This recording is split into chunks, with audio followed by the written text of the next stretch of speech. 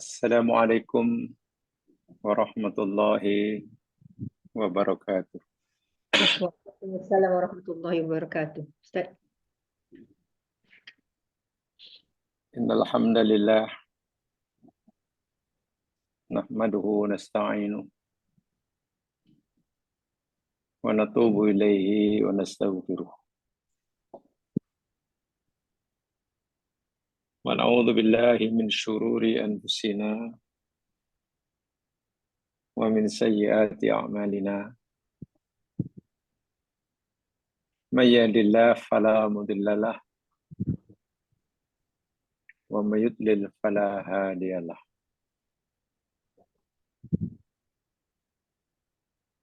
Raditu billahi rabba wa bil islami dina wa bi Muhammadin nabiyya wa rasulah. Rabbi shrah li sadri wa yassir li amri wahlul 'uqdatam min lisani yafqahu qawli. Amin.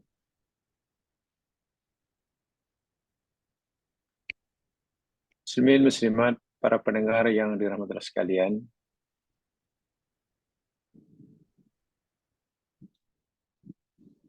Sebelumnya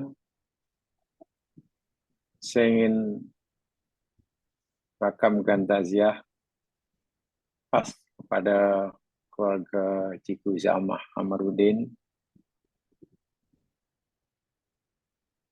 yang telah kehilangan salah seorang daripada keluarganya yang menjadi tulang belakang selama ini, Allahyarham Haji Kamarudin Husin, dengan ucapan inna lillahi ma akhadha wa lahu ma a'ta wa inna kulla syai'in indahu bi ajalin musamma walitasbir wal yahtasib. Sesungguhnya Allah telah mengambil apa yang Dia miliki dan Allah memberikan apa yang dia punyai. Dan tiap-tiap sesuatu yang Dia ciptakan telah ditentukan dan ditetapkan ajalnya. Tempoh tamat keberadaannya. Maka hendaklah kepada yang ditinggal bersabar, menahan keinginan-keinginan nafsu yang tidak baik, dan sentialah mengharapkan pahala dan ganjaran daripada Allah Subhanahu wa taala. Bagi kita yang telah lama bersahabat dan mengenali Allahyarham Haji Kamarudin Husin, bahkan saya secara pribadi serasa sudah sangat lama, cukup lama, dengan ikhlas saya menyatakan, memberikan kesaksian semata-mata karena Allah. Beliau adalah orang yang sangat baik, sangat gigih dalam berusaha menyeru orang lain kepada kebenaran, tak jemu-jemu untuk terus berusaha membantu meningkatkan kepahaman umat terhadap agama hingga akhir hayatnya. Tentu ini sesuatu yang sangat-sangat terpuji, kita kagumi, dan patut kita contohi. Sengaja malam hari ini saya tunjukkan pada jemaah sekalian background screen dalam jamaah itu, itu kira tahun-tahun awal kami mengenali Alham Haji Kamarudin Husin, itu ada dalam gambar itu. Dan 3 anak kecil, budak muda, 1, 2, 3 yang duduk berhadap itu ketika itu adalah 3 Abdul saya. Semua itu 3 Abdul saya yang masih kanak-kanak, bahkan yang seorang itu belum pun sekolah rendah, dan sekarang sudah berkeluarga. Jadi saya kira cukup lama itu daripada yang paling kanan, itu nomor 1, tengah itu nomor 2, dan yang sebelahnya itu anak saya yang bungsu.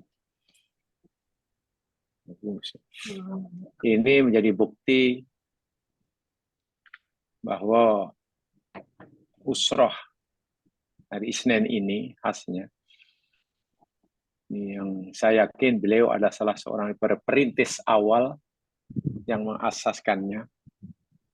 Sudah puluhan tahun dan nampaknya masih istiqomah diteruskan oleh kita. Kita memohon pada Allah agar usaha beliau ini menjadi amal soleh, amal jariah, yang walaupun beliau sudah tidak lagi berada di dunia, terputus masa untuk beramal, tapi dengan usaha yang beliau asaskan ini, dan tentu dengan sahabat-sahabat lain yang juga telah meninggalkan kita, beliau akan terus mendapatkan pahala mengalir selagi usaha yang beliau lakukan ini terus berterusan. Sebab itulah sudah sepatut dan selayaknya usaha yang beliau rintis puluhan tahun lalu ini, kita berazam untuk kita teruskan, dan biar nanti diteruskan oleh generasi selepas kita. Walaupun mungkin kajian agama ini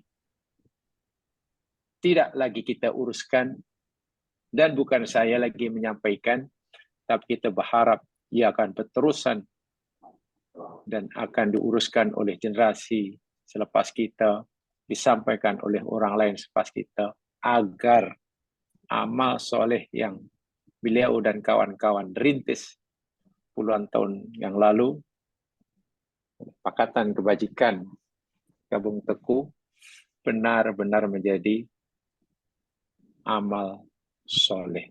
Itu yang kita maukan, dan mudah-mudahan kita pun dapat menumpang kebaikan yang beliau dan kawan-kawan beliau asaskan dahulu. Itu kesaksian ikhlas saya terhadap beliau. Lebih-lebih lagi sangat mengharukan, hari Jumat kemarin beliau disembahyangkan oleh ratusan orang di Masjid Kabung Teku. Saya menyaksikan sendiri, dan itu adalah satu petanda yang sangat-sangat baik bagi orang yang meninggalkan kita.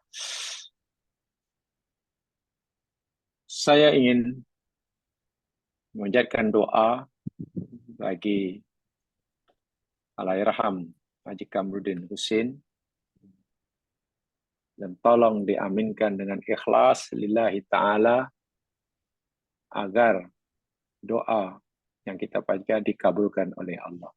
Kalaupun Allah tidak mengabulkan doa melalui mulut saya yakin Allah akan kabulkan melalui mulut jamaah sekalian. Kita tidak tahu dari mulut siapa doa yang kita panjatkan ini Allah mengabulkannya. Tapi kita tetap punya prasangka yang baik, Allah akan mengabulkannya. Bismillahirrahmanirrahim. Alhamdulillahirabbil alamin. Salatu wassalamu ala asrofil anbiya wal mursalin.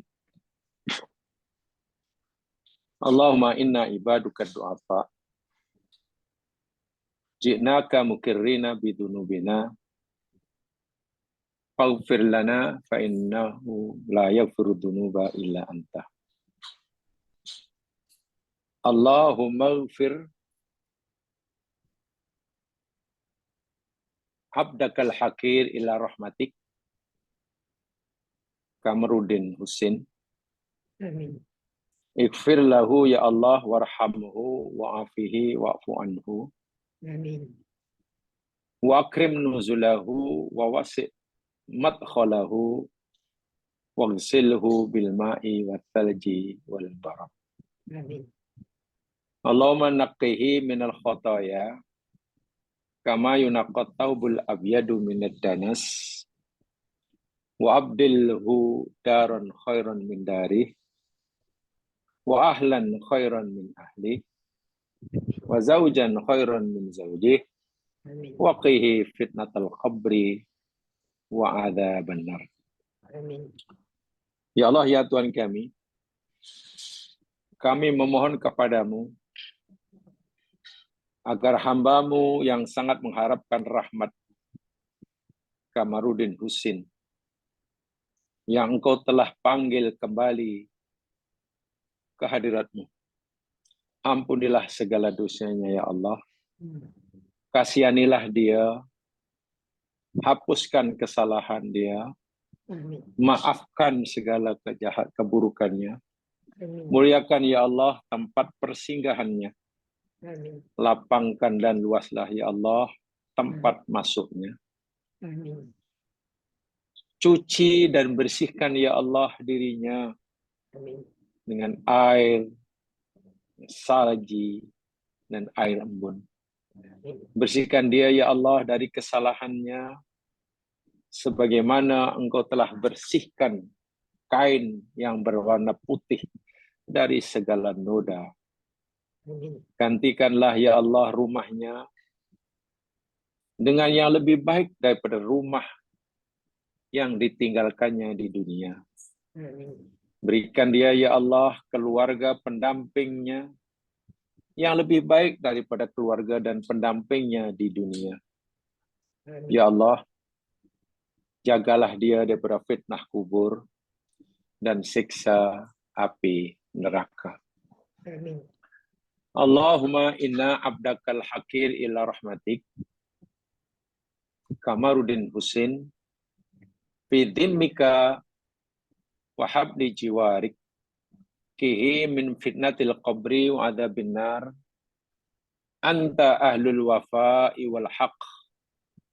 Allahumma ighfir lahu warhamhu fa innaka antal ghafurur rahim. Ya Allah, ya Tuhan kami, sesungguhnya hamba-Mu yang Engkau telah ciptakan dia dan Engkau telah sempurnakan ciptaannya. Engkau telah memberinya rezeki yang baik dan Engkau telah tunjukkan kepadanya jalan yang benar. Engkau telah memanggilnya ya Allah. Ya Allah, dia berada di dalam lindungan dan penjagaan-Mu. Maka lindungilah dia ya Allah daripada siksa kubur Amin. dan siksa api neraka. Amin. Ya Allah, Engkaulah zat yang paling berhak menunaikan janji dan hak. Beri keampunan baginya. Amin. Limpahkan rahmat padanya. Sesungguhnya Engkau Maha Pengampun, lagi Maha Mengasihani. Allahumma ighfir li hayyina wa mayyitina wa shaghirina wa kabirina wa dzakarina wa unthana wa syahidina wa ghaibina.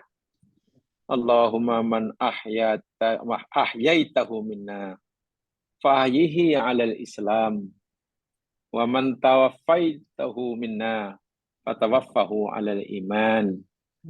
Allahumma la tahrimna ajrahu wa la tudillana ba'dah. Ya Allah, ampunkanlah segala dosa kami yang masih hidup dan dosa siapa di antara kami yang telah mati, sama ada dewasa maupun masih kanak-kanak, sama ada lelaki maupun perempuan, sama ada hadir yang tidak hadir antara kami. Ya Allah, siapa saja di antara kami yang Engkau masih beri peluang dan keizinan untuk hidup, maka hidupkanlah mereka, ya Allah, dalam Islam. Dan siapa saja yang Engkau telah kehendaki kematian atasnya, maka matikanlah dalam iman. Ya Allah, jagalah. Janganlah, ya Allah, Engkau halangi kami daripada mendapatkan kebaikan amalnya semasa hidupnya. Amin. Ya Allah, janganlah Engkau halangi kami daripada mendapatkan kebaikan amalnya semasa hidupnya. Dan janganlah Engkau sesatkan kami selepas kepergiannya. Allahumma anta rabbuhu, anta khalaqtahu, anta razaqtahu, anta hadaitahu lil Islam, anta qabatta ruhahu, anta ta'lamu sirrahu wa alaniyatahu, ji'na syufa'a faghfir lahu dhunubahu. Amin. Ya Allah, ya Tuhan kami, Engkaulah yang menciptakan hamba-Mu Qamaruddin Husin. Engkaulah yang telah memberinya hidayah. Engkaulah yang telah menggenggam ruhnya. Engkau maha mengetahui akan rahsianya. Dan Engkau mengetahui apa yang zahirnya. Ya Allah, kami datang sebagai hamba-Mu yang lemah, memohonkan syafaat kepadamu. Berilah pengampunan dan rahmat baginya. Amin. Allahumma innahu abduka, innahu ibnu abdika, wa ibnu ammatik, kana yashhadu an la ilaha anta, wa anna muhammadan abduka wa rasul. Anta a'lamu bih. Allahumma in kana muhsinan fazid fi ihsanih, wa in kana musian fatajawaz an sayyi'ati. Amin. Allahumma ya Allah, sesungguhnya hamba-Mu yang telah kembali ke hadirat-Mu, Qamaruddin Husin. Dia adalah hamba-Mu. Dia adalah anak kepada hamba-Mu. Amin. Sesungguhnya semasa hidupnya, dia telah bersaksi bahwa tiada Tuhan yang berhak disembah melainkan Engkau, ya Allah. Dan dia juga bersaksi bahwa Muhammad itu adalah hamba-Mu dan utusan-Mu. Engkau maha mengetahui akan dia, ya Allah. Walau bagaimana, ya Allah, jika hamba-Mu yang baru Engkau ambil ini sebagai hamba-Mu yang baik, maka tambahkanlah kebaikannya.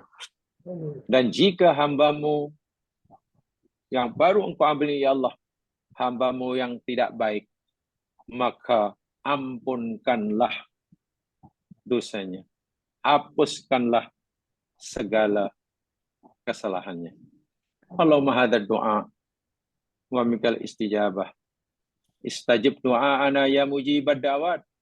Amin. Allahumma hadha doa walikat tuklan. Alaika tawakkalna wa ilaika anabna wa ilaikal masir. Amin. Rabbana atina fid dunya hasanah fil akhirati hasanah wa qina adzabannar wa tawaffal abrar. Ya Aziz ya Ghafar ya Bani as-samawati wal ard. Sallallahu ala Muhammad wa ala alihi wa sahbihi wa barik wa sallim. Amin. Terima kasih. Ya Rabbal alamin.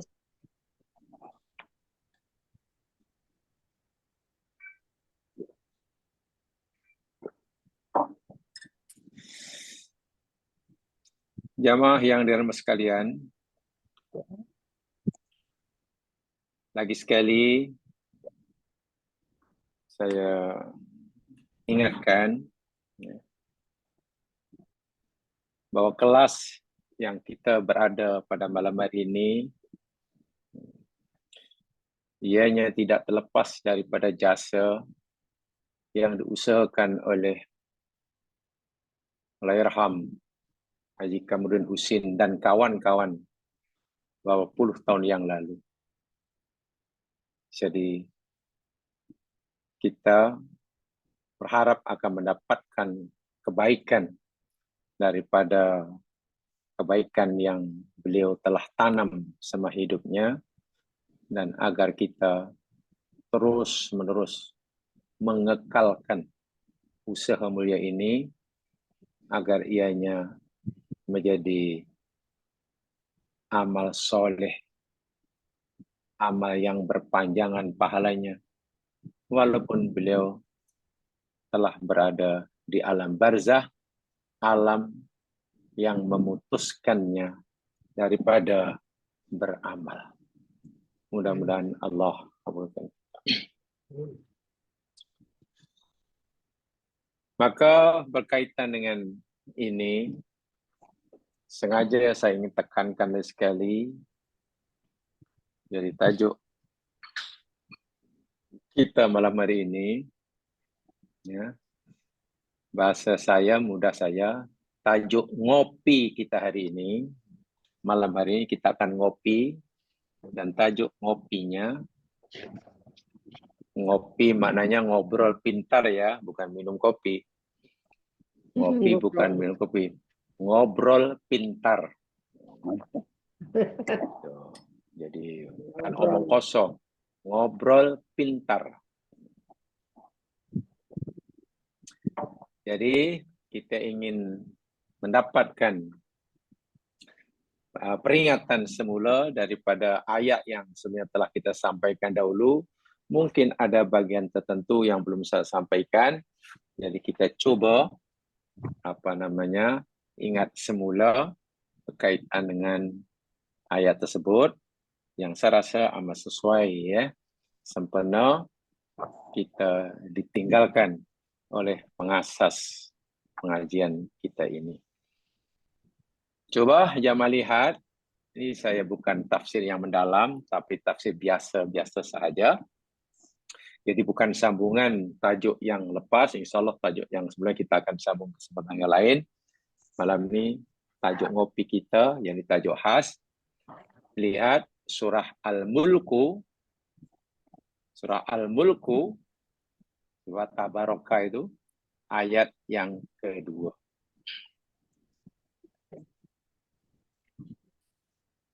Surah Al-Mulku, ayat yang kedua. Tidak. Macam tak Itu tak benar. Maksudlah berhenti benar dan orang tak ada. ni kenapa ni berhenti ni? Saya berikan tajuk berdasarkan surah Mulk ayat kedua. Ayatnya berbunyi, A'udzu billahi minasyaitonir rajim. Alladzi khalaqal mauta wal hayata liyabluwakum ayyukum ahsanu amala. Alladzi, Allah dat yang khalaqa, dia telah menciptakan, al-mauta, akan kematian, wal hayata, dan kehidupan. Tujuannya liyabluwakum, kerana dia hendak menguji kamu. Ayyukum, siapa di antara kamu. Ahsanu amala, yang paling baik amalnya. Itu terjemahan harfiahnya. Pertanyaannya, benarkah kematian itu satu ujian? Karena ayat ini berkata, Allah lah yang cipta kematian dan hidupan untuk menguji kamu. Siapa di antaramu yang paling baik amalnya? Benarkah, betulkah kematian itu satu ujian? Ya. Jawabannya pasti iyalah, sebab Allah yang kata. Kematian itu adalah ujian. Lalu di mana letaknya ujian pada kematian?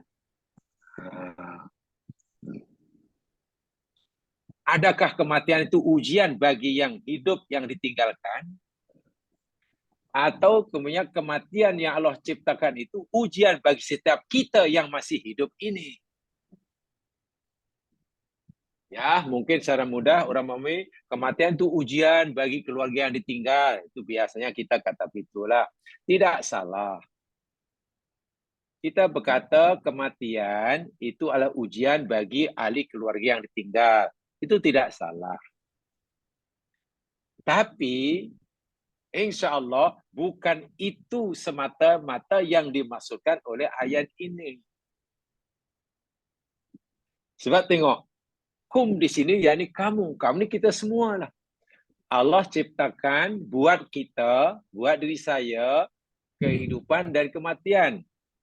Kehidupan saya ciptaan Allah. Kematian saya nanti pun ciptaan Allah. Allah cipta buat saya hidup, Allah ciptakan buat saya kematian, itu ujian bagi saya. Begitu. Ini bagi saya. Ini yang perlu kita cermati. Lalu dari aspek mana kematian dan kehidupan itu sebagai ujian bagi setiap kita? Adakah betul semua orang menganggap hidup ini ujian? Kematian itu juga ujian bagi kita. Bukan kematian orang lain ya, kematian kita. Adakah kehidupan kita sekarang dan kematian kita nanti itu ujian bagi kita? Kalau ikut ayat ini, ya. Tapi masalahnya, seberapa banyak orang yang menyadari hakikat ini? Allahu Akbar. Orang yang tidak menyadari bahwa kehidupan dan kematian itu ujian bagi setiap makhluk hidup, ya susah nanti nak berjaya menghadapi ujian. Orang yang tidak merasa sudah diuji, macam nak lulus ujian. Merasa saja, merasa diuji saya tidak, macam mana nak lulus? Sedangkan orang yang merasa diuji bila tidak betul-betul, itu pun belum tentu lulus. Jadi ayat ni yang masih ayat yang subhanallah. Peringatan Allah pada setiap kita yang masih hidup. Bahasa mudah seakan Allah berfirman, wahai kamu hamba-Ku yang masih hidup, ingat. Kehidupan yang aku kendaki yang pada kamu sekarang ini, kamu hidup, itu ujian bagi kamu. Dan kematian yang pasti akan bagi kamu, itu nanti ujian juga bagi kamu. So, dari aspek mana kehidupan dan kematian itu sebagai ujian. Jamaah sekalian, di dalam ayat tadi dinyatakan, ujian itu tujuannya untuk mengetahui, memilih, menentukan siapa yang terbaik amalnya. Ahsanu amala.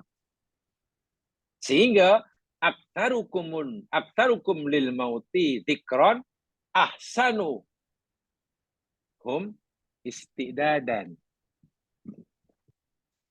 Siapa saja di antara kamu yang paling banyak ingat akan kematian, tentu ini sama bagi mereka yang masih hidup lah, yang dah mati dah merasakan macam ingat mati. Siapa saja di antara kamu yang masih hidup dan ia orang yang paling banyak ingat mati, mencari rezeki ingat mati sehingga tidak mau suka hati, yang penting dapat, tapi ambil ingatan halal haram. Dia hanya buat yang halal, yang haram ditinggalkan walaupun mengutukan banyak karena ingat mati. Yang sedang beribadah ingat mati. Solat ingat mati sehingga solatnya bersungguh-sungguh, tidak asal buat. Yang sedang melancong ke luar negeri, hendak makan angin, ingat mati. Sehingga semasa dalam masa percutian, berusaha bersungguh untuk tidak melanggar pantangan Allah, untuk Tidak, lupa Allah, ingat mati.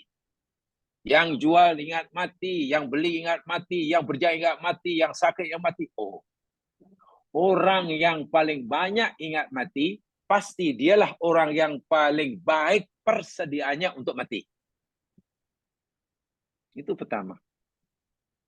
Sehingga sesuatu yang patut kita sering ingat-ingati, sesuatu yang mesti kita selalu ingat dan tak boleh lupa adalah kematian. Agar kita sentiasa mempersiapkan diri bila-bila masa dipanggil oleh Allah. Orang yang sentiasa bersiap-siap mempersiapkan diri untuk mati dipanggil Allah, belum tentu ia akan mati besok. Belum. Orang yang telah mempersiapkan diri untuk menghadapi kematian, ditingkatkan amalnya, dikurangi dosanya, dipohonkan ampun kesalahannya. Betul-betul lah. Belum tentu umurnya pendek minggu depan mati.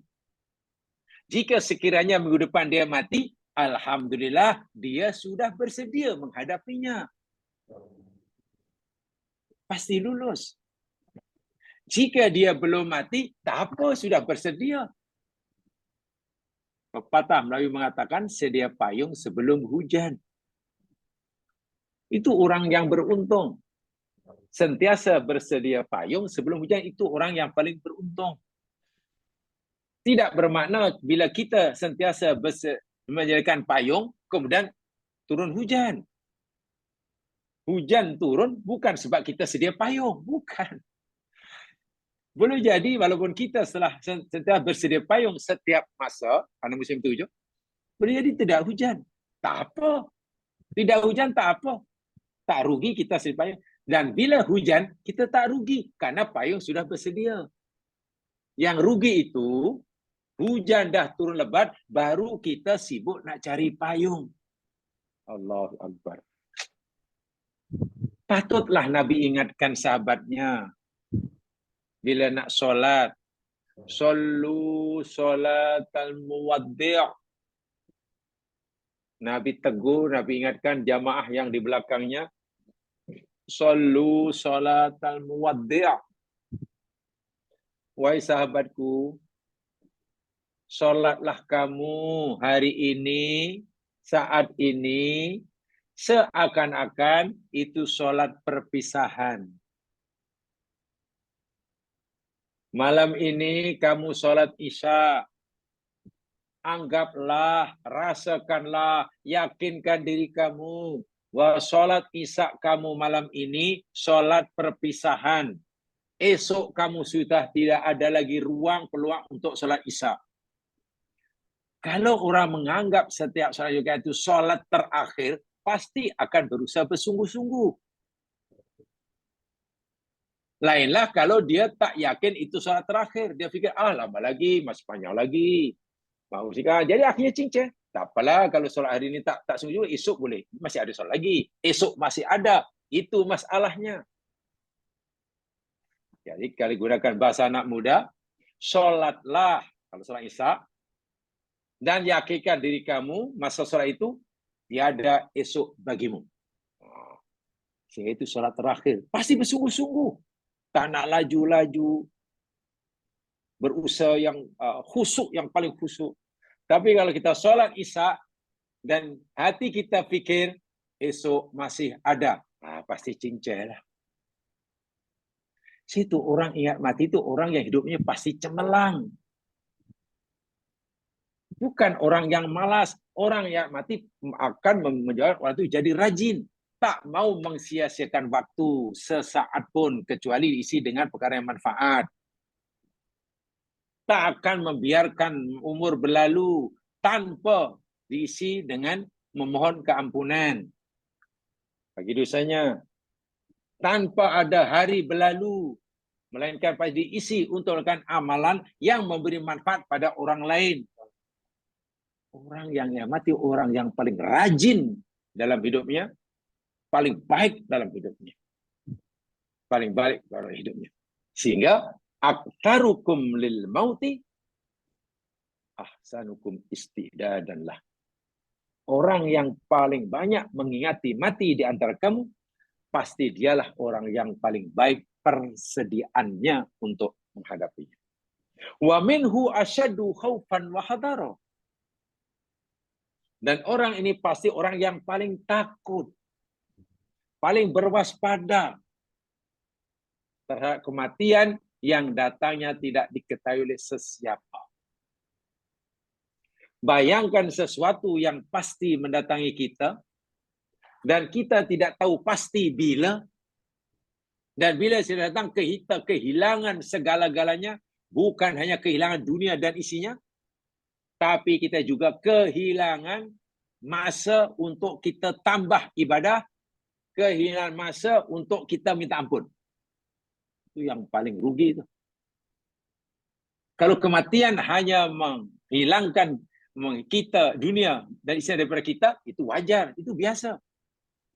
Tapi dengan sebab kematian, kita sudah kehilangan peluang untuk menambahkan amalan.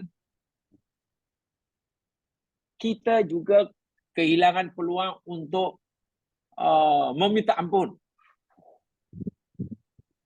Karena perkara itu datangnya tidak diberitahu, timbul rasa takut. Jangan-jangan besok akhirnya kita bersungguh-sungguh hari meminta ampun. Memandangkan dosa masih banyak dan barangkali taubatnya belum diterima. Oh, akhirnya istighfarnya luar biasa. Karena boleh jadi besok saya akan mati.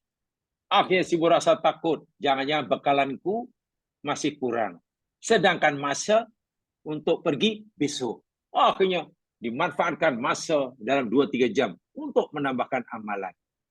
Itu kesannya dari sisi psikologi. Orang akan menjadi semangat. Dalam hidup menjadi semangat, bukan malah putus asa. Rajin, semangat, tidak mensia-siakan peluang, tidak mensia-siakan umur. Masya Allah. Sebab itulah ya mas sekalian. Dan ini yang diharapkan ujian tu. Kita yang Allah beritahu bahwa kita ni hidup dan mati dan pasti akan mati.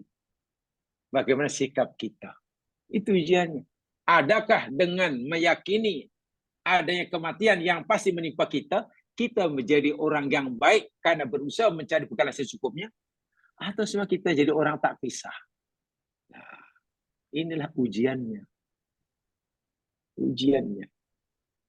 Dan yang Allah terima, yang paling baik amalnya. Bukan yang paling banyak ya, yang paling baik amalnya.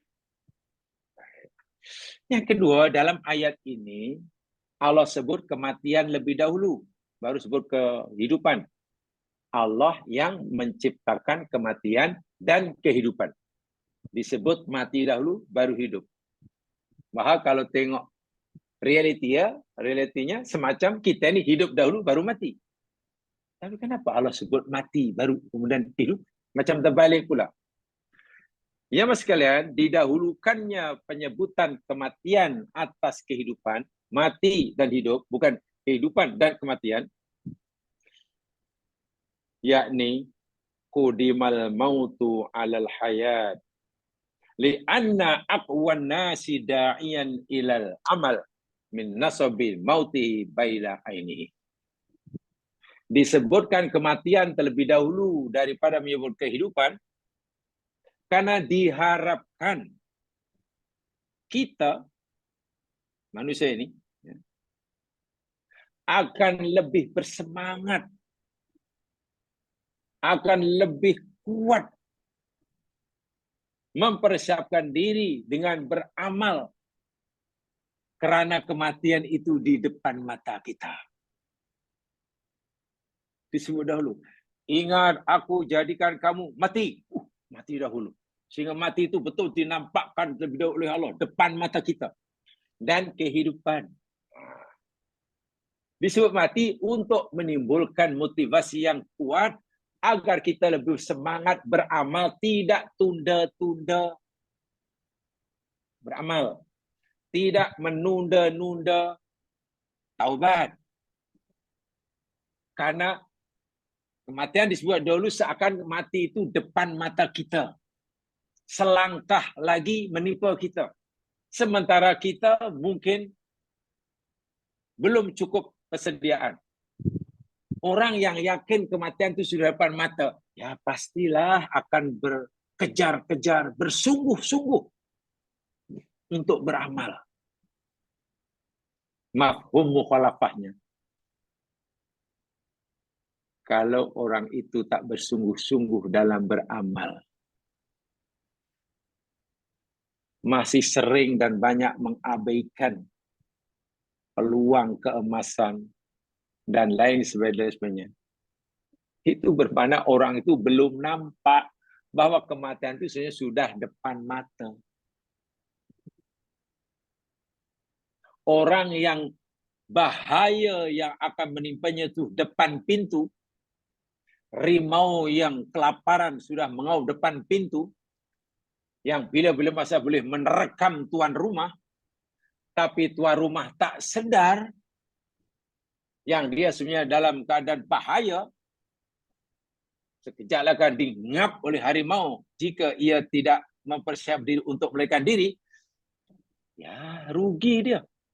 Harimau depan dia masih elok, masih okey makan dengan ini, masih borak lagi, masih main-main. Macam mana? Dingap harimau yang depan pintu. Tapi kalau orang sedar, depan pintu itu ada harimau yang beliau senang ngap tu. Tunggu masa je. Ya, pasti akan bersedia untuk melarikan diri. Kalau tak ambil lagi, pasti sebagai bila akan masuk peti apa ke, peti besi ke, untuk melindungi diri ke. Ini kematian. Jadi Allah nyatakan, kematian tu aku ciptakan bagi kamu dan sekarang sudah berada depan mata kamu. Tidakkah tergerak hatimu untuk membekali dirimu dengan bekalan yang secukupnya dan mengurangi bebanan sehingga kamu jumpa aku tanpa ada bekanan, tanpa ada bebanan apa-apa. Karena bila sudah mati, jemaah sekalian, itulah ya. Saya tadi bukan sekadar kita terputus hubungan kita dengan dunia dan isinya, tapi lebih dahsyat lagi, telah terhenti dan terputus, telah tamat tempuh untuk kita menambahkan amalan dan untuk kita memohon pengampunan bagi saya. Itu yang dahsyat. Bayangkan kalau peluang ini kita tunda-tunda. Bila lagi kita nak menambah amalan, tak ada lagi. Bila lagi kita nak bertaubat, dah tak ada lagi. Sehingga wa'iyadzubillah orang mati, bekalan belum cukup, sementara bebanan dosa masih banyak. Lainlah kalau seperti yang kita pelajari pada siang lepas, dia mati, walaupun tak dapat pahala berterusan, tapi juga tak dapat dosa berpanjangan. Kira okey lah. Yang paling untung, dia mati, tidak mendapatkan tambahan dosa, tapi terus mendapatkan tambahan pahala. Ini paling berbahagia. Yang celaka, dia mati, tak dapat tambahan pahala, sementara dia dapat tambahan dosa mengalir. Namanya dosa jariah yang kita pelajari pada siang lepas. Itu sepatutnya yang memberikan kita motivasi yang kuat untuk beramal selagi Allah masih beri kita peluang untuk hidup ini. Ingat, Umar bin Al-Khattab radhiyallahu an,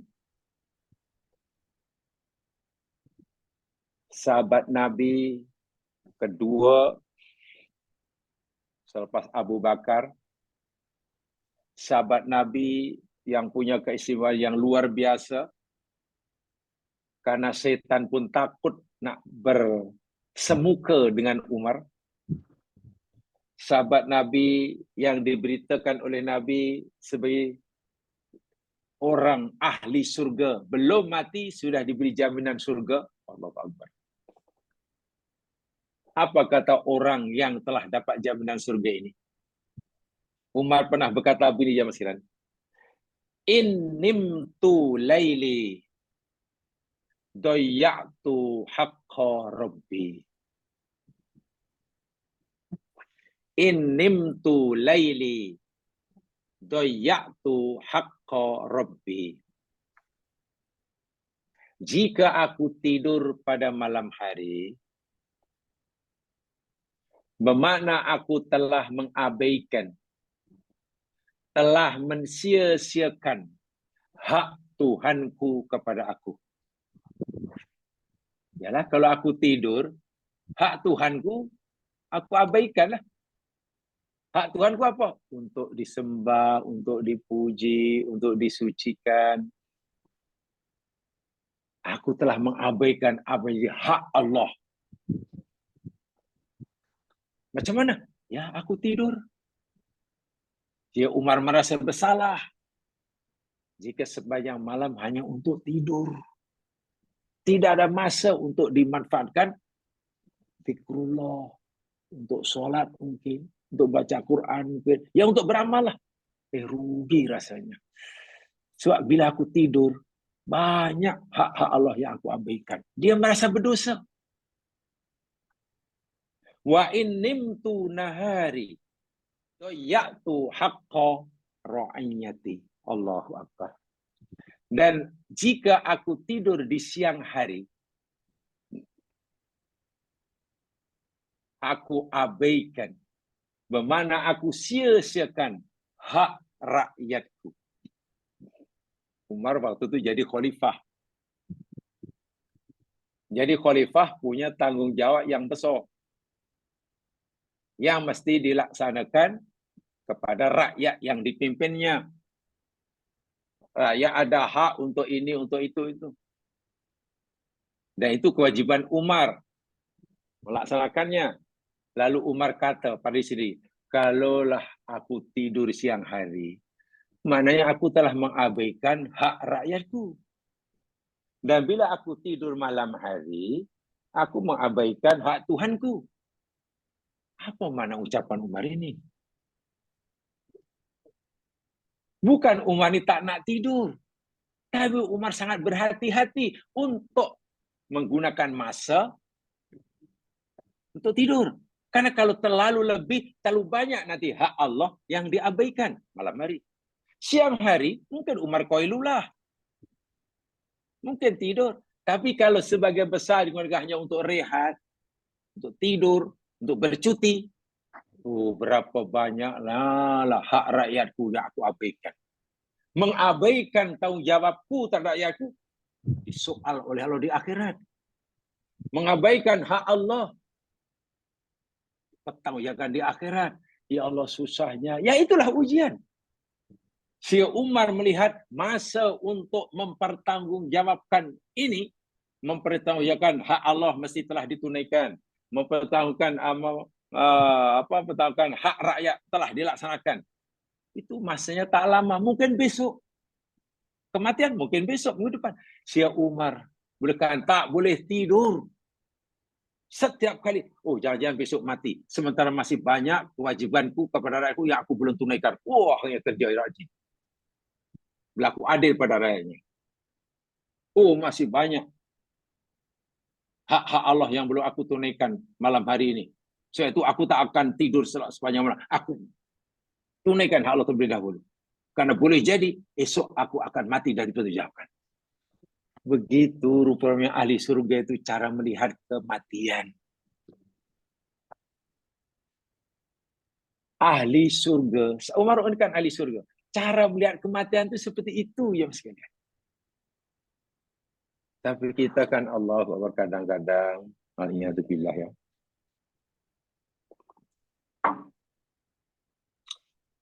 Tak apalah. Kalau mati pun tak apa. Selagi cita-cita dah tercapai. Cita-cita dahulu menjadi seorang profesional. Seorang kontraktor berjaya dan alhamdulillah sudah berjaya. Dia telah memiliki empire perniagaan. Sudah berjaya. Dia telah mempunyai saham di mana-mana, berjaya. Dia telah mendapatkan ingat jasa daripada sudah dapat. Dia telah punya cita mengembara seluruh dunia dan telah tertunai. Mati pun tak apalah, semua cita-cita dah. Allahu Akbar. Kalau orang merasa mati tak apalah asal sudah kaya, mati tak apalah asal sudah punya macam-macam, ruginya lah pandang hidup seperti itu. Apa dipikir nanti yang boleh menyelamatkan di akhirat itu kekayaannya, penggambaraannya ke seluruh dunia. Memang tidak salah mengembara ke seluruh dunia, tapi bukan itu yang menyebabkan dia berani mati. Kadang orang, tak apalah, dia mati pun tak apalah. Lagi-lagi segala apa yang dicita sudah tercapai. Umur pun bukan muda lagi. Tak apalah, mati ajalah. Umur pun sudah, katalah, umur pun sudah 85 tahun, umur sudah 100 tahun, sudah kaya raya, semua ada, mati tak apalah. Itu komentar masyarakat. Coba kalau umurnya baru 40 tahun, mati. Cita-cita dunia belum tercapai. Dia ingin menjadi umpamanya pengarah CEO syarikat, tapi alah, belum tercapai. Tapi ada tanda-tanda nak berjaya, tapi pencapaian lah. Dia jadi orang terkaya. Memang sudah kaya, tapi belum kaya. Jadi masih banyaklah cita-cita yang terpendam dalam hatinya belum berjaya. Umur 40 tahun pula dah mati. Mungkin komentar yang hidup, kasihan ya kawan kita itu. Cita-citanya banyak tu dan semua bagus belaka, ini jadi gini-gini, tapi mati baru 40 tahun. Sepatutnya masih panjang umurnya. 40 tahun dah mati. Dari mana dia tahu panjang umurnya? Allah tahu kan 40 lah. Bila dengar saja orang meninggal, umur katalah sudah puluhan tahun, 80, 90, 100. Komen spontan masyarakat, tuan-tuan dan puan-puan telah meninggal. Kembali kepada Allah, sahabat kita benar bulan bin bulan hari ini. Siapa yang ada kesempatan, sila nanti dijemput untuk sorakan sama-sama. Kawan sebelah tanya, siapa dia tu? Alah si fulan tu. Sakit apa tu? Sakit tak? Sakit tua. Berapa punya? Lah 99. Patut tak apalah. Dah 99, tak apalah. Lain hari diumumkan lagi. Telah kembali ke Malatullah, tuan-tuan, siapa ada keperluan, kesempatan, sila pergi masjid untuk solatkan bersama, jenazah. Ada kawan tanya, siapa yang meninggal? Alah si fulan tu. Sakit ke? Tak ada. Berapa umurnya? Umurnya 39 tahun. Dan baru semalam dilantik dari jawatan jadi CEO. Iya, ruginya lah. Ruginya lah. Baru 40 tahun. Baru semalam dapat surat watikah jadi CEO. Tengok komentar masyarakat. Apa komentar ini salah dengan Al-Quran? Tidak, itu bercanggah dengan Al-Quran. Macam mana kita melihat kehidupan dan kematian seperti itu? Bila umurnya baru 35 tahun, dikata rugilah, banyak yang belum tercapai. Bila sudah 100 tahun, tak apalah, apa yang ada 100 tahun mati. Astagfirullahaladzim. Wah, yang penting itu mati itu bukan itu. Bila orang itu sudah cukup bekalan, sudah terampun dosanya, walaupun ia dimatikan oleh ketika umurnya 25 tahun, surga tempatnya. Dan itu kejayaan yang cemerlang. Sebenarnya, walaupun umurnya sudah 100 tahun, katakanlah, kaya raya, punya nama besar, macam-macam benar dan sebagainya, seluruh tempat kampung di dunia telah dikunjunginya. Saya tak kata seluruh negara itu, setiap kampung di dunia, bayangkan, dia telah pergi. Berapa ribu kampung. Tapi jika bekalan untuk jumpa Allah belum cukup, dosa pada Allah belum diampun, tiba-tiba mati dan umurnya sudah 110 tahun, itu adalah kerugian yang paling dahsyat. Kata Al-Quran. Inilah seringkali kita melihat, menilai kematian itu tidak sama sebagaimana Quran suruh kita menilainya. Kita menilai orang itu mati, tak apalah mati karena semua dah dapat, tak apa, apalagi yang nak, itu dah. Lain-lain itu masih muda, kasihan lah. Kasihan, baru menikah rumah tangga. Ya. Bulan lepas menikah rumah tangga, tambah hamil sekali, dan dapat kerja yang bagus. Bahkan dengan cita baru dapat kenaikan pangkat. Mati pula, kasihannya. Allahu Akbar. Jangan sekali-kali kita sebagai orang Muslim yang ingin diridai oleh Allah, yang yakin Quran itu benar, jangan sekali-kali memberi komentar seperti itu terhadap peristiwa kematian. Itu salah, betul-betul salah. Cara pikir kita berseberangan dengan Al-Quran. Istilah Al-Quran suruh kita kanan, kita belok kiri. Quran suruh lurus terus, kita patah balik. Quran suruh naik, kita turun. Sentiasa berselisih. Mukhalafah. Dan itu bahaya sekali. Masalahnya itulah yang sering dilakukan oleh sebagian besar kita yang mungkin kurang. Apalah kalau kurang paham tuh ya belajarlah. Kalau kurang ilmu ya belajarlah. Insyaallah dengan belajar kita tidak akan lagi mau. Baik, saya beri contoh ya. Umar bin Khattab lagi sekali contohnya. Sekarang, kalau dalam ukuran dunia lah, kalau kita lihat ukuran dunia, apa yang Umar tak ada? Umar orang yang kaya raya. Iya. Kaya raya. Di Makkah kaya, di Madinah kaya. Dia peniaga. Iya. Umar adalah seorang pejuang dalam karya ketenteraan istilahnya, cemerlang. Betul. Kalau sekarang mungkin sudah punya pangkat jenderal lah. Umar adalah seorang yang dari segi politik, dari aspek politik, Umar berjaya menjadi khalifah. Bayangkan, menjadi khalifah, beliau Amirul Mukminin. Kalau sekarang udahlah menjadi Perdana Menteri, jadi presiden, jadi raja. Kurang apa lagi kejayaan Umar dalam bidang politik. Dahsyat. Daripada kemasyhuran diri dan masyarakat, semua orang sebut nama Umar gerun ya mas kalian. Gerun. Dari segi agama, tadi saya katakan Umar adalah orang yang dinyata oleh Nabi, setan pun takut. Allahu Akbar. Umar yang disebut oleh Nabi termasuk 10 ahli surga, jaminan masuk surga. Pertanyaannya, apakah agak-agak pencapaian yang belum dicapai oleh Umar?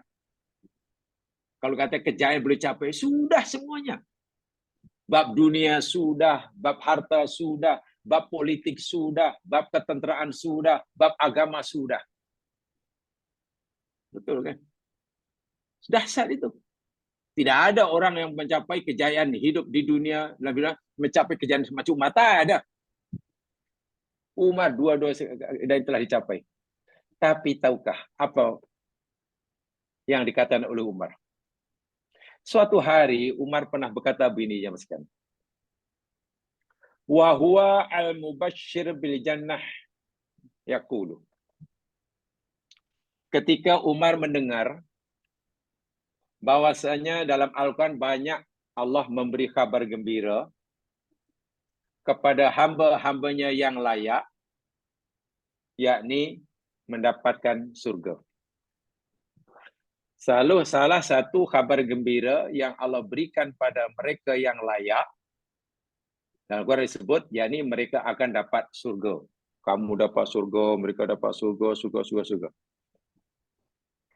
Apa komentar Umar ketika membaca ayat ini? Ini Umar yang orang paling berjaya, bukan saja orang yang berjaya dalam karier politik, karier perniagaan, karier pengaruh, karier ketenteraan, bahkan bab hidupah dia berjaya. Umar boleh kata begini, launa dal munadi yaumal qiyamah, kalaulah sekiranya nanti ada panggilan yang memanggil-manggil pada hari kiamat, setelah orang berkumpul berhimpun di padang mahsyar, tiba-tiba ada suara yang memanggil. Tak tahu sama ada daripada Allah atau para malaikat yang ditugas oleh Allah. Isi panggilan, isi pengumuman itu, ada semacam pengumuman, ada semacam announcement. Kullun nasi yadkhulunal jannah illa wahidah. Wahai sekalian manusia, semua manusia daripada kamu, semua masuk surga kecuali seorang. Katakanlah, Umar kata lau tu jikalau lah. Apa itu berlaku atau tidak? Ya tentu tidak. Karena Umar kata kalau. Hari kiamat nanti ada panggilan macam itu. Wahai semua manusia di padang mahsyar, semua kamu masuk surga. Kecuali seorang yang tak masuk surga. Apa kata Umar? La khosyitu an akuna anal wahid. Aku takut. Aku khawatir. Jangan-jangan seorang yang tak masuk surga itu aku. Macam mana Umar boleh punya rasa begitu? Jika semua diberitahu akan masuk surga kecuali seorang, Umar kata, jangan-jangan yang seorang itu aku. Ada rasa takut. Wahal Umar orang paling berjaya dalam hidup. Dalam karier perniagaan berjaya, dalam karier politik berjaya, karier ketenteraan berjaya, karier kepemimpinan berjaya, karier ibadah berjaya. Bahkan telah diberitakan ia ahli surga. Tiba-tiba Umar boleh memberi komentar. Kalaulah Allah kata semua orang masuk surga kecuali seorang, aku khawatir jangan-jangan yang seorang tak layak usia itu aku. Allahu Akbar. Itulah Umar melihat kematian itu seperti itu. Merasa bekalannya belum cukup. Merasa boleh jadi dosanya belum ampun. Walhal dia sudah punya makam yang sangat tinggi. Saya tidak tahu. Ada masa belajar dulu dijelaskan sebaliknya. Kata Ustaz itu, jika berlaku sebaliknya, katakanlah. Jadi akhirat nanti, setelah ketika manusia dihimpunkan di padang mahsyar, tiba-tiba ada suara memanggil, wahai sekalian manusia, semua kamu akan masuk neraka. Kecuali seorang saja yang masuk surga. Katakanlah. Panggilan itu seperti itu. Semua kamu masuk neraka. Kecuali seorang yang masuk surga. Kata Ustaz yang menjelaskan dahulu, kalau panggilan itu diberikan, dikemukakan kepada orang-orang seperti kita, katanya, umat akhir zaman, pasti setiap kita akan kata, nah yang seorang tu aku lah. Semua neraka yang masuk aku seorang. Sebab kata panggilan tu semua masuk neraka kecuali aku. Nah, kalau seorang, yang seorang tu aku lah. Itu iman umat akhir zaman. Mudah. Begitu yakin pasti aku masuk, yang lain neraka. Pada zaman kalau iman Umar semua masuk kecuali aku, kecuali seorang. Jangan yang seorang tu aku. Subhanallah. Ini kaitannya dengan apa yang dalam hati. Dan orang yang, maksudnya apa pengajarannya? Orang yang biasa merasa belum cukup bekalan yang tidak dibawa menghadapi kematian yang bila-bila masa. Orang yang merasa taubatnya belum sempurna, sehingga jangan-jangan masih ada dosa yang belum terampun, itu baik tuh. Perasaan itu baik, karena orang akan terus-menerus hingga saat-saat akhir. Saat akhir. Yang tak baik itu orang sudah merasa cukup bekalan. Sudah merasa cukup taubatnya, sehingga tidak perlu buat lagi. Ini rugi serugi-rugi. Itu cara kita melihat kematian. Sebab kematian itu, kata di dalam ayat ini, diibaratkan depan mata kamu. Yang bila-bila masa menemui kamu. Dan kamu akan berbahagia ketika kamu ditemui kematian, bekalan kamu dah cukup, taubat kamu, dosa kamu telah diterima, ada diampunkan. Allahu Akbar. Masanya ada kita sudah yakin itu kan belum. Maka yang belum, selagi mati belum menjemput, ya kita bersungguh-sungguh. Itu maksudnya ujian tuh. Lainlah kalau orang merasa mungkin ya cukuplah, sengaja cukuplah. Paling tidak kan saya seminggu kalau pergi katakan belajar apa usrah seminggu paling tidak 2-3 kali juga okey lah daripada tidak. Puasa alhamdulillah saya puasa juga sunat walaupun tidak selalu juga pernah juga okey lah. Umrah sudah. Orang merasa cukup itu bahaya. Habis taubat, ya taubat setiap hari saya istighfar paling tidak 3 kali lepas solat. Sebenarnya kalau 5 kali 15 kali lah. Okey lah. Ini bahaya.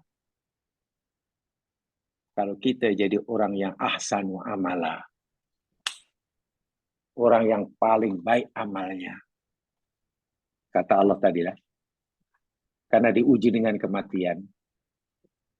Salah satu caranya. Jangan sekali-kali kita merasa telah cukup bekalan. Sehingga kita berhenti mencari bekalan. Jangan sekali-kali kita merasa telah cukup bertaubat sehingga kita tidak perlu lagi istighfar. Jangan. Selagi masih ada peluang untuk cari bekalan, walaupun peluang itu hanya 5 menit, kita manfaatkan. Selagi masih ada ruang untuk bertaubat, walaupun ruang itu hanya 1 menit, kita manfaatkan. Itu poin dia daripada ayat tadi. Tapi manusia itu lain itu saya kata tadi. Rasanya puas, mati pun puas kalau cita-cita dah tercapai. Ini sebenarnya bukan fikiran orang Islam biasanya itu ya, ini fikiran golongan Madiyun. Itu fahaman Madiyah. Saya ulangi. Fahaman Madiyah. Madiyah itu maknanya fahaman materialisme. Seseorang dianggap berjaya, benar-benar berjaya, dan bila mati pun tak jadi masalah jika ia telah mencapai cita-citanya. Cita duniawi. Itu fahaman materialisme. Bercanggah. Kalaulah orang dianggap telah berjaya dan mati pun tak kisah. Bila telah kaya raya, bila telah punya itu, punya ini. Kasihanlah Bilal bin Rabah. Ya. Kasihanlah Abu Darda. Kasihanlah nasib Abu Dar Al-Ghifari. Dan sahabat-sahabat yang lain. Dia mati tak tinggal apa-apa. Ada sahabat Nabi yang mati syahid yang masih lain di medan Uhud. Syahid. Tanpa hisab. Masuk surga tanpa hisab. Ketika matinya. Dan orang mati mesti dikapankan. Jadi kapankan. Walaupun orang mati saya dikapankan dengan apa yang ada lah. Tahu tak jam sekalian? Pakaian yang dipakai untuk mengkapankan sahabat yang saya ini tak cukup. Ditarik untuk menutupi mukanya, kaki nampak. Ditarik untuk menutupi kakinya, muka nampak. Cuma untuk. Dan orang ini tidak punya harta lain kecuali itu. Allahu Akbar. Akhirnya Nabi suruh sudahlah. Kamu tutuplah kepalanya atau kakinya. Kalau kamu tutup kepalanya, kakinya nampak, tutuplah kakinya dengan apa sajalah, dengan daun ke apa. Kalau sampai begitu sekali orang ini. Tapi apa kita berani mengatakan bahwa orang itu hidupnya gagal? Karena kita mati tidak punya apa-apa prestasi. Jadi kaya raya juga tidak, jadi golongan yang ternama juga tidak. Tapi itu yang orang paling berjaya. Karena syahid masuk surga tanpa hisab. Jangan sekali-kali menilai kejayaan seseorang sebelum mati itu pada ukuran-ukuran duniawiyah. Jangan. Walaupun berusaha untuk mencari kesan duniawi itu tidak dilarang. Ya, tidak dilarang. Boleh, tapi jangan itu kita jadikan ukuran penentu orang itu berjaya atau gagal dalam kehidupan. Sebab gagal atau tidaknya seseorang, gagal atau berjayanya seorang itu dalam hidup, ketika mati, ditentukan oleh cukup atau belum bekalannya. Dah diampun dosanya ataupun belum. Itu penentu dia. Jadi bukan pada itu nasihat Umar bin Khattab. Bagi saya, Masya Allah. Tapi itulah yang sekalian, Nabi pun akhirnya memperingatkan kita agar kita ini berwaspada tentang bahaya fahaman materialisme. Materialism itu bahaya sekali. Nabi pernah memberi peringatan pada kita dalam hadis sahih riwayat Ahmad bin Hanbal daripada Mahmud bin Labid. Sahabat Nabi bernama Mahmud bin Labid. Beliau berkata bahwasanya Rasul sallallahu alaihi wasallam bersabda. Sabda Nabi, isnatani yakrahuhu mabnu Adam. Ada dua perkara.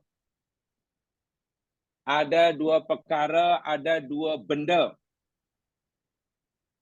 yang kebiasaannya anak-anak Adam tak suka. Tak suka sungguh pada dua benda ini. Perkara yang pertama yang anak Adam kebanyakan tak suka ini al-mautu, kematian. Sebab siapa yang suka kematian? Mesti takut. Itu fitrah kita. Tak suka mati lah. Kalau boleh jangan matilah, kalau jangan mati. Nabi beritahu anak Adam cukup tak suka pada dua benda ini. Satu, kematian. Wal mautu khairun lil mu'mini minal fitnah. Sedangkan kematian itu jauh lebih baik daripada fitnah hidup. Bila hidup, orang ni banyak gagal menghadapi fitnah, ujian. Diuji dengan nikmat, dia tak syukur. Gagal. Diuji dengan kemiskinan, dia tak sabar. Dosa. Diuji naik jawatan, dia tidak adil. Tambah dosa. Diturunkan jawatannya, dibuang kerja, mengeluh, mengamuk. Dosa lagi.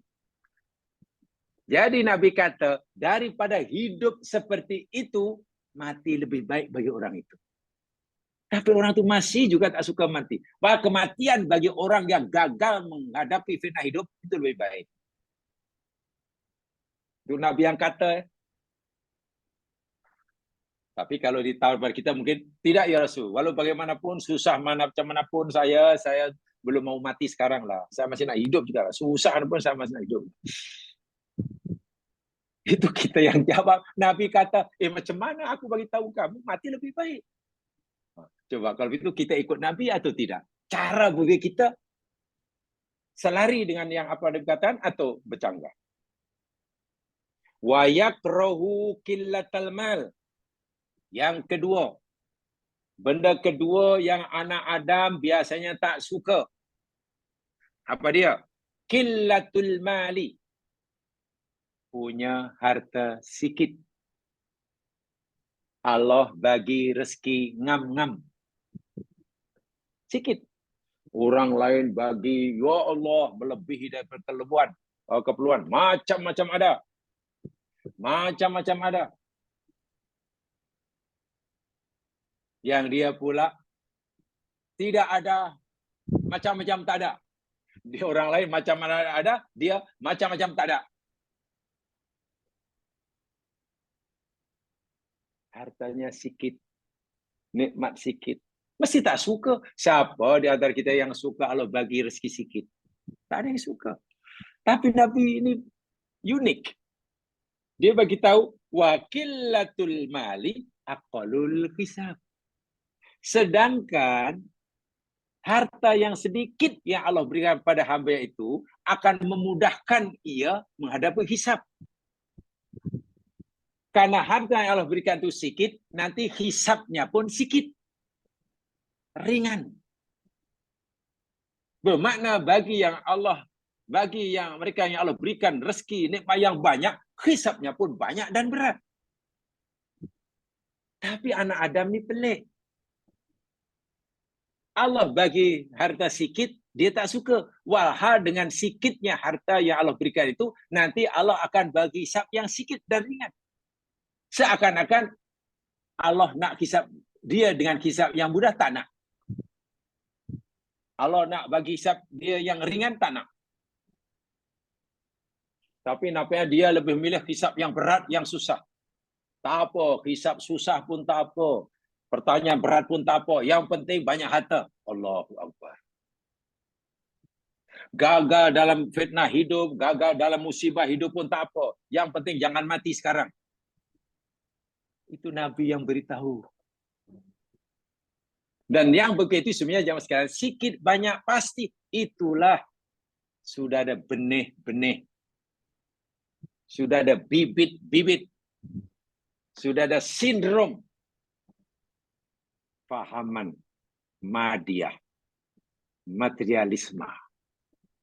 Bila orang sudah ada penyakit materialisme jamaah sekalian, memandang, menilai kehidupan dan kematian itu tidak lagi seperti mana yang Allah firmankan dalam surah Al-Mulk ayat 2 itu.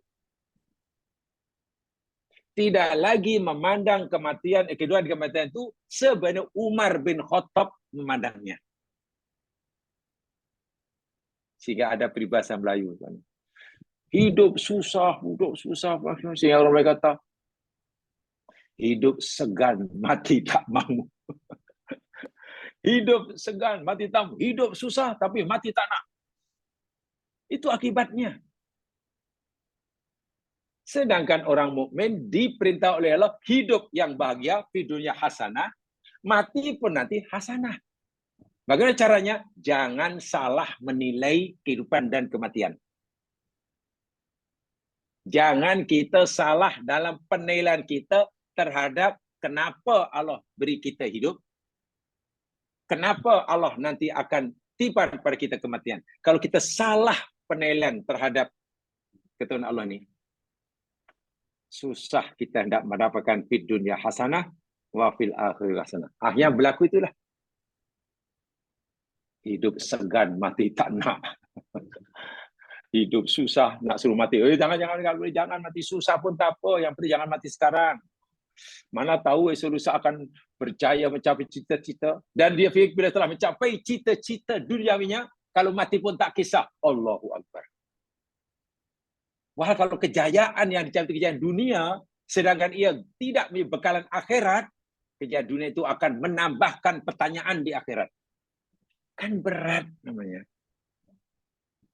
Jadi cara berfikir sebagai orang Muslim, mesti cara berfikir Qur'ani.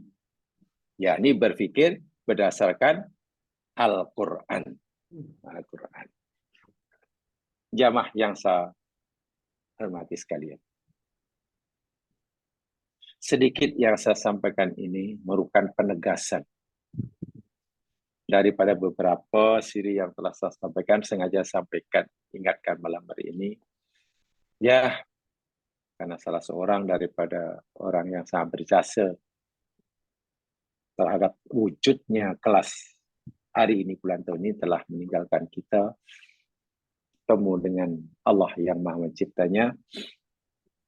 Mudah-mudahanlah sedikit peringatan yang disampaikan berdasarkan firman Allah dan fahaman Umar terhadap firman tadi memberikan kita pencerahan, pemandu untuk kita menjalani saki baki hidup kita. Ya, entah berapa lama lagi kita tak tahu. Masih lamakah? sudah hampirkah, panjangkah, pendekkah, wallahu alam. Itu rahasia Allah. Kita dapat memanfaatnya sebaik-baiknya. Kita menggunakannya dengan lebih baik dibandingkan dengan masa-masa yang kita lalui sebelumnya. Kalau umur-umur yang kita lalui sebelumnya kita telah bisa menggunakannya dengan baik, yang pagi ini mari kita tingkatkan usaha kita untuk menggunakannya, mengusahakannya lebih baik daripada yang sebelumnya. Insya Allah dengan begitu, kalaupun kita masih diancam dengan kerugian itu kita boleh minimizekan atau boleh kita hilangkan sama sekali. Kalaupun bekalan itu belum sempurna, mungkin dengan usaha kita yang berusaha akan dapat menyempurnakan, mencukupkan bekalan yang kita perlukan untuk kita bawa kembali berjumpa dengan pencipta kita bila masa telah tiba. InsyaAllah Allah kabulkan usaha kita asal kita bersungguh-sungguh berusaha dan memohon. So, itu saja. Kurang lebihnya mohon dimaafkan. Kita dengan istighfar. Subhanakallahumma wa bihamdika la ilaha illa anta astaghfiruka wa atubu ilaik. A'udzu billahi minasyaitonir rajim. Wal 'ashr. Innal insana lafi khusr. Illa alladziina aamanu wa 'amilus shalihaat. Wa tawassaw bil haqq. Wa tawassaw bis sabr. Assalamualaikum warahmatullahi wabarakatuh. Waalaikumsalam warahmatullahi wabarakatuh.